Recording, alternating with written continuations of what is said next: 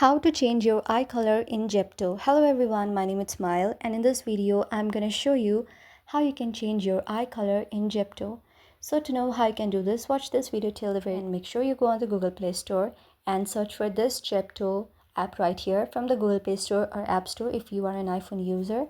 Make sure you install it, and also while you open it, sign into a new account by creating a new account, or you can also log into an account that already exists. So now if you want to change your eye color of your avatar, then just tap on your cover photo right here. Now go to the avatar option. Now what you need to do is go to the very face option on the top left side. Now scroll on the left side and you will see facial makeup, eye makeup. Just go on the eye makeup. Now you will see the very option of contact. Since you want to change the eye color, you can choose any contacts you want. So by choosing a contact, you are changing your eye color.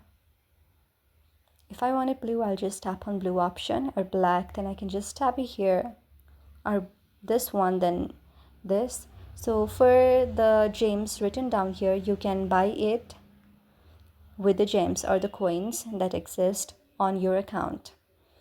So yes, that's how you can do it. I hope you like the video, and if you like the video, then please do hit the thumbs up and subscribe button, and also comment on the comment section below. Thank you for watching.